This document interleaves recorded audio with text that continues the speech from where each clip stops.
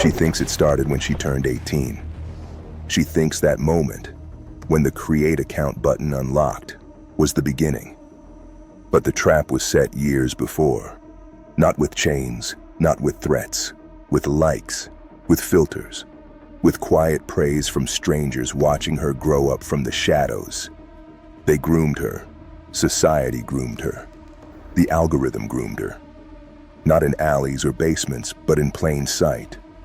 Through explore pages, trending dances, and sugar-coated lies. At 13, she posted her first photo where she thought she looked grown. A little makeup, a top her mother wouldn't approve.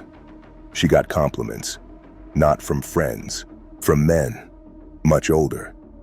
She didn't understand what that meant. She just knew it felt good. At 14, she learned the formula. More skin, more eyes, more attention. The dopamine hit started shaping her identity. Every like whispered, "You're special." Every DM said, "You could be famous." But what nobody tells her is that this game is rigged. The house always wins. And the house is run by creeps, simps, and the rotting core of a society that sold its soul for pixels.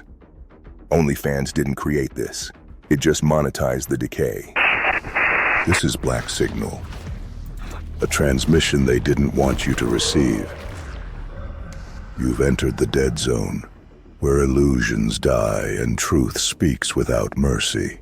Tonight, we expose girls who turned their flesh into currency. By 16, she was already mentally uploading, practicing how to talk dirty without saying a word, figuring out which angles sold the illusion best.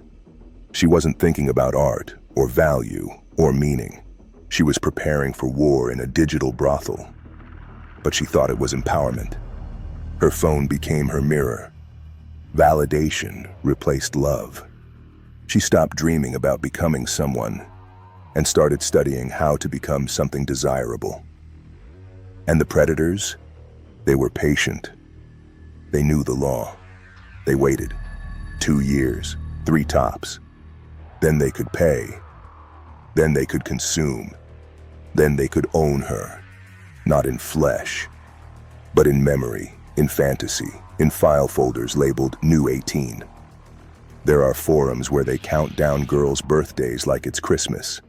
There are buyers who wait for the first post, to make the first purchase, to say, "I was her first fan," and she doesn't even see it.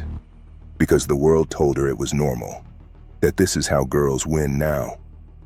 But what she doesn't know is, this is how they lose everything. Their face becomes a brand. Their body becomes content. Their trauma becomes currency. And one day, they'll realize there's no return policy on digital slavery. If you agree with what's being said, type Black Signal in the comments. It helps spread this message to more people who need to hear it. The pipeline isn't just digital, it's psychological. At 18, she doesn't just open an OnlyFans account. She opens a portal, not to freedom, but to the fantasy economy, where illusion sells better than truth and degradation dresses itself in empowerment. She posts the first picture, filtered, rehearsed, safe. She tells herself, "It's just a little skin, just a tease, I won't go further." But that line is a mirage. The moment money enters the equation, fantasy becomes product, and she becomes the dealer. And her customers, not fans, addicts. Every day they line up like hungry ghosts. Hundreds, thousands, middle-aged men with wedding rings, lonely boys still living with their mothers, wealthy freaks who send tips just to be noticed. Some ask for dirty socks. Some want her to say their name like she means it. Some offer $500 for her to pretend she's their daughter. This isn't freedom. This is behavioral manipulation turned into business. It's a twisted game of dopamine, market-tested seduction, and algorithmic reward. The more she reveals, the more they pay. But there's always someone younger, hotter, or more desperate. And the price of staying relevant It rises. Now they want private videos, custom degradation, fake relationships, GFE, girlfriend experience. She replies to messages like she knows them. She sends birthday nudes to men she'll never meet.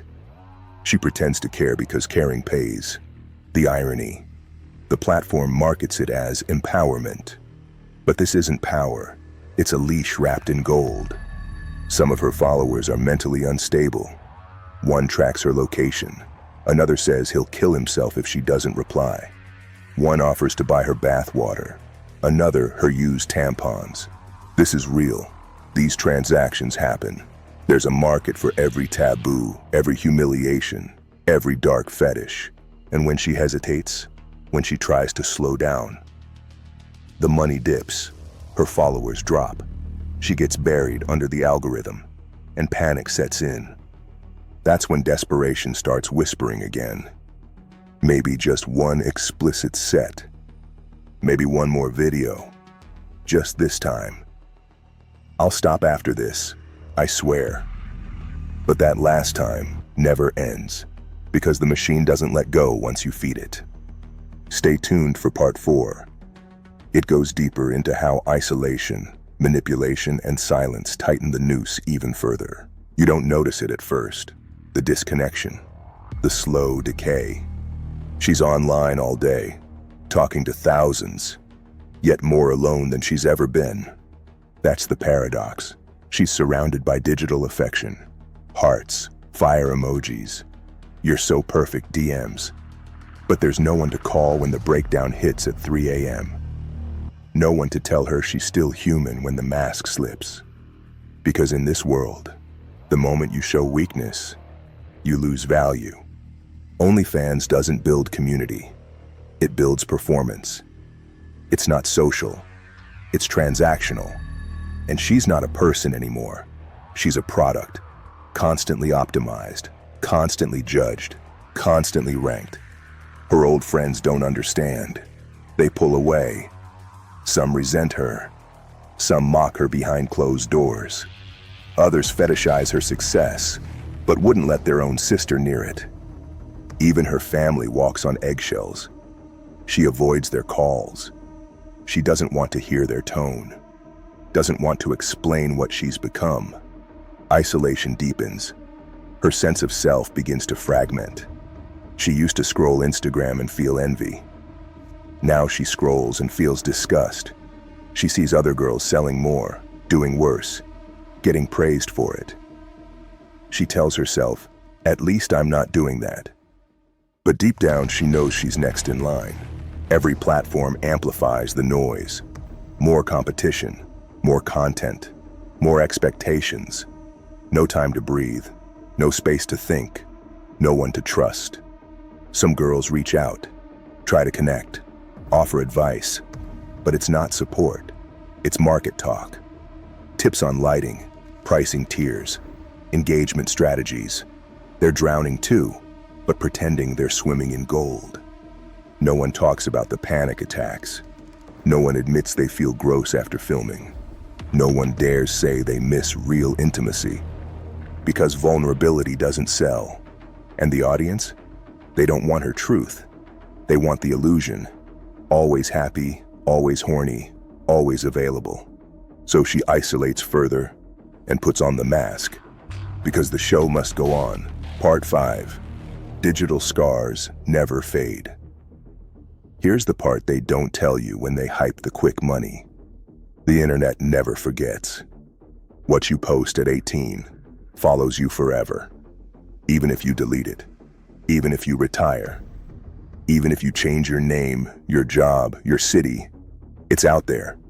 Screenshotted, reposted, sold in group chats, archived by strangers with no faces, traded like baseball cards between digital creeps. She thinks it'll be temporary, just until she stacks enough cash. Just for now. Just to get ahead. But the moment the first image drops, the trap is set. Because someone out there already saved it. Someone already linked it to her name. Someone's already created a private folder titled Her. She'll try to go private.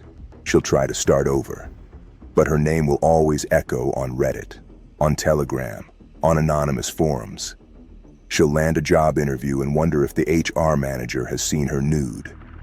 She'll date a guy and wonder if he found her channel before he found her heart. It creates a fracture, an invisible cut in her identity. She no longer knows who's seeing her and who's seeing the product she once sold. And it gets worse. The shame isn't just online, it becomes internal. Even when no one's judging her, she is.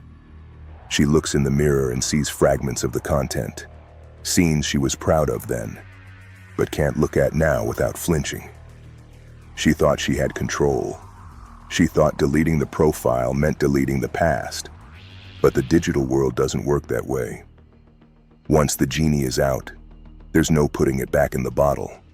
There's no clean slate when the stains are permanent. And that's what nobody warned her about. Because once you become a fantasy, you stop being seen as a person. Part 6. Pleasure kills intimacy. She started for the money. She stayed for the dopamine. But she didn't notice how it was rewiring her. At first, she felt power. Fake it or not, she was getting attention, admiration, tips, a flood of validation. But as weeks turned to months and months to years, something began to rot inside her. Pleasure became mechanical, moaning on cue, performing emotion, simulating desire, day in, day out, click, pose, fake laugh, swipe, upload, repeat. What once gave her a high began to feel like a chore. Real intimacy became awkward. Her brain had trained itself to associate touch with a tip, not tenderness. Every look from a man was filtered through one question: would he pay? And when she met someone genuine, she couldn't connect. Not emotionally, not physically. The arousal switch only flipped in front of a screen. She could fake lust for strangers, but couldn't feel anything for someone who actually cared. Her body stopped responding to human warmth. Even the idea of love became confusing, almost boring. Because when you're selling your body to hundreds, thousands, millions, what does love even mean? What does commitment look like when your face is saved in hard drives all over the world? It's not just about nudes, it's about neurology. She dulled her receptors, flooded her brain with artificial highs, broke the natural link between vulnerability and connection. She didn't just numb herself to pain, she numbed herself to joy. And slowly, without realizing, she became a ghost, going through the motions, chasing money, missing something she couldn't even name anymore. We're about to dive into how society enables this decay and frames it as empowerment, while girls are silently breaking apart behind the scenes. Part 7. The lie called empowerment. They sold it to her as empowerment. Be your own boss. Take control of your body. Make them pay to look. The slogans were everywhere, dripping from influencer lips, echoed by media outlets, disguised as freedom. But under that glossy coat of feminism, 2.0 was a trap built by the same old predators in new packaging. They didn't free her, they commodified her. Because what does it really mean to own your body when every inch of it is priced, packaged, and put on display? She wasn't liberated. She was monetized. Every pose, every angle, every flirt was optimized. Not for self-expression, but conversion. Click-throughs, subscriptions, retention metrics. She stopped being a person. She became a product. And society clapped. The same institutions that once warned girls about creeps now handed them cameras and told them to monetize it. The same systems that banned exploitation turned around and handed it an affiliate code. And girls bought it. They believed it. Because the predators weren't in basements anymore. They were behind brand accounts and feminist hashtags. They weren't hiding. They were celebrated. And when she finally felt the collapse, the anxiety, the isolation, the dead stare in the mirror, no one was there to help. Because she wasn't trending anymore. Because her breakdown wasn't sexy. Because she had made her choice. And now society had moved on, already busy pumping up the next batch of digital dolls to toss into the same grinder. Empowerment? No. This was engineering, a carefully designed pipeline, from teen self-esteem issues to full-body exposure by 18, masked as freedom, but rooted in control. We're about to expose the degenerate clientele fueling this machine. The truth about the buyers will make your skin crawl. Part 8. The buyers, the real face of the demand. Let's talk about the other side of the screen. The men funding this collapse. The ones no one ever talks about. Because behind every successful OnlyFans girl, there's a legion of the lowest kind of men. The invisible rot of civilization, lurking behind avatars, paying for pixels, feeding off loneliness and lust like parasites. Some are old enough to be her father. Some, her grandfather. They tip hundreds to see her stretch, bend, fake pleasure. They call it support, but it's not support. It's ownership with a smile. They demand more. They always demand more. Show me the real stuff. Let me see what they don't get. Spit in a jar, I'll buy it. Sell me your socks. Sell me your bathwater. Sell me your soul. And she does, because it pays. There are men who've paid to watch a girl cry. Men who collect used tampons as trophies. Men who pay extra if she humiliates herself. And these aren't basement-dwelling monsters. These are lawyers, doctors, tech executives, the ones with clean hands and filthy minds. Society hides them, protects them, because they have money. But money doesn't make them high value. Money just makes their sickness scalable. It turns private perversion into public profit. And the girls, they think it's harmless. They laugh it off. It's just a fetish. It's just weird requests. But every sale, every degraded message answered with a wink, is a piece of her mind, her dignity, her soul. Gone. Sold. She's not dating and she's not bonding. She's not connecting. She's performing. Always performing. Even when she's off the app, she starts to forget how to just exist without being watched. And the men, they don't stop. They never stop. They want deeper access, more control, voice notes, live calls, private meetups, until the screen isn't enough, and they want her in real life. This is the pipeline they don't advertise. This is the darkness no one profits from showing. This is the truth behind the likes, the tips, the fake praise. Predators, pretending to be fans. Girls, pretending to be in control. We'll expose what happens when the high of online validation wears off, and the crash hits like a freight train. Part 9. The crash. After the spotlight fades, it doesn't last. The tips slow down. The messages dry up. The loyal whales find younger prey. Suddenly, she's not trending anymore. She's not new. She's not exciting. She's just another account in an ocean of flesh. And that's when it hits. The dopamine withdrawal, the silence, the loneliness, the weight of everything she gave away. For attention that doesn't call back. Her content's still out there. Screenshotted, archived, posted in dark corners she'll never find. Some of it will resurface in 10 years, when she's applying for a job, trying to date seriously, or building a future. She'll try to delete the past. But the internet doesn't forget. She'll try to explain, but no one will care. I was young. I needed money. I didn't know better. But the looks in their eyes won't change. They've seen her.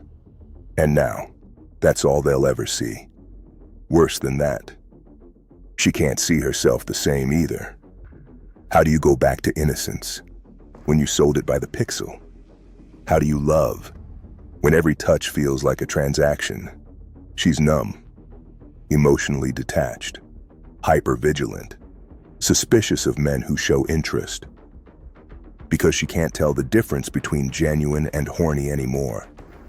The industry says empowered, but there's no power in addiction. And that's what this is. Not just for the buyers, but for the girls too. Validation, praise, control, a digital drug. And the come down is vicious. Now the silence screams. Now the mirrors feel violent. Now she wonders if it was worth it. The answer? She knows, but she can't say it out loud. And when she looks at the next wave of girls rushing in, smiling, confident, naive, a part of her wants to scream. But the rest just scrolls, because it's too late for her. And if you think this ends with her making a comeback, think again. Only a few ever escape. And one of them, we'll tell you about her in the final part. The girl who made millions, walked away, and still couldn't undo what had been done. Part 10. The exit. Millions can't erase it. She made it. Not just money. Millions. She was one of the rare ones. A viral post, a media scandal, a sudden flood of followers. Who threw credit cards at her like confetti? In less than a year, she made more than most people will see in a lifetime. Magazine interviews, podcasts, sponsorships.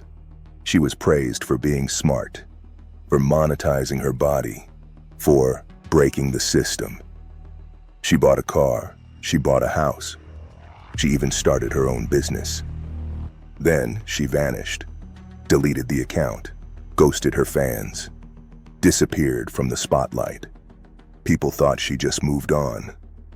But the truth, she ran, because behind the filters and the captions was the same sickness, the same regret, the same emptiness, the same haunting thought that no amount of money could silence.